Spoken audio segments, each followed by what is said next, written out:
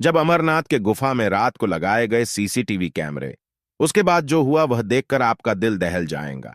अमरनाथ की गुफा एक ऐसी रहस्यमय जगह है कि आज तक वैज्ञानिक भी इस बात का पता नहीं लगा पाए हैं कि अमरनाथ गुफा में बना बर्फ का शिवलिंग आखिर कैसे संभव है। हर साल अमरनाथ मंदिर केवल 2 महीने के लिए ही खुलता है और बाकी पूरे साल बंद रहता है। अमरनाथ से जुड़ी कई ऐसे रहस्य हैं जिसके बारे में आज तक किसी को मालूम नहीं पड़ीढ़ा है, लेकिन इस बात से नकारा भी नहीं जा सकता है कि जहां स्वयं महादेव का वास हो, वहां चमत्कार होना तो स्वाभाविक है। आज यह घटना कुछ ऐसे ही रहस्यमय चीजों से जुड़ी हुई है जिसे सुनकर आप भी चौंक जाएंगे।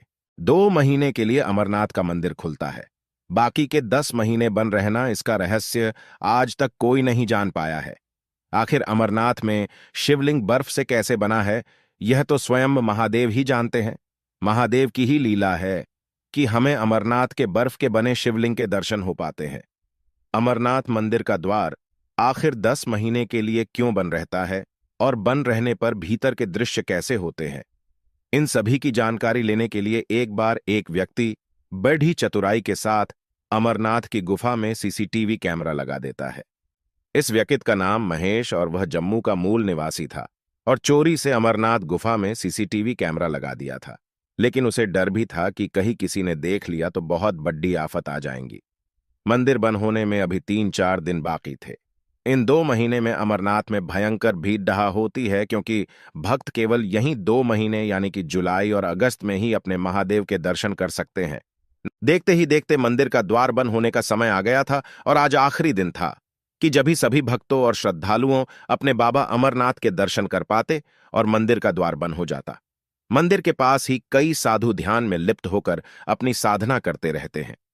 उनमें से एक साधु आखिरी दिन बाबा अमरनाथ की गुफा में चले गए। महेश बैठे बैठे इन सभी घटनाओं को होते हुए देख रहा था। मंदिर का दरवाजा बंद करने का समय हो गया था।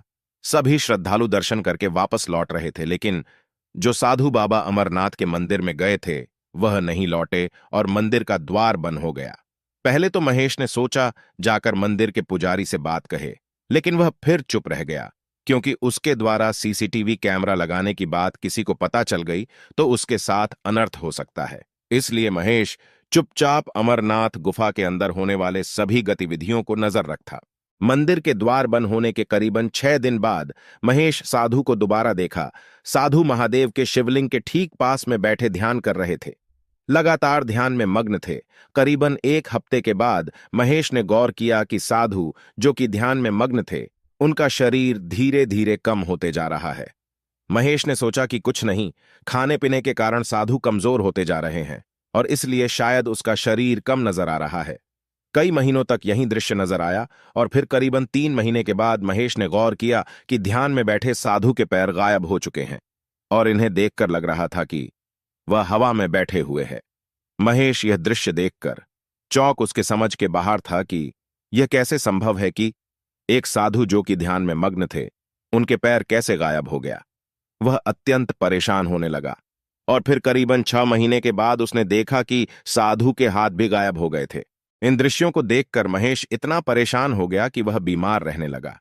देखते ही देखते 1 साल पूरे होने वाले थे और अब 10 दिनों में फिर एक बार अमरनाथ का मंदिर खुलने वाला था। तब उस वक्त महेश ने गौर किया कि जो साधु पिछले 1 साल से ध्यान में बैठे हुए थे, वह अब धीरे धीरे कर गायब हो गए हैं। हैरान परेशान होकर महेश मंदिर के पुजारियों के पास गया और उन्हें सभी बातें सच सच बताई।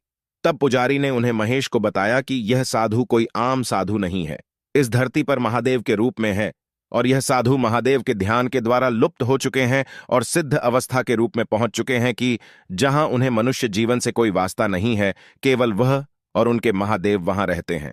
यह बात सुनकर महेश मंत्रमुग्ध हो गया। उन्हें साक्षात महादेव के दर्शन हुए हैं। भले ही वह दर्शन सीसीटीवी कैमरे के दौरान हुआ हो, लेकिन दर्शन अमूल्य है। देखते ही देखते 10 दिन बीत गए और बाबा अमरनाथ का मंदिर श्रद्धा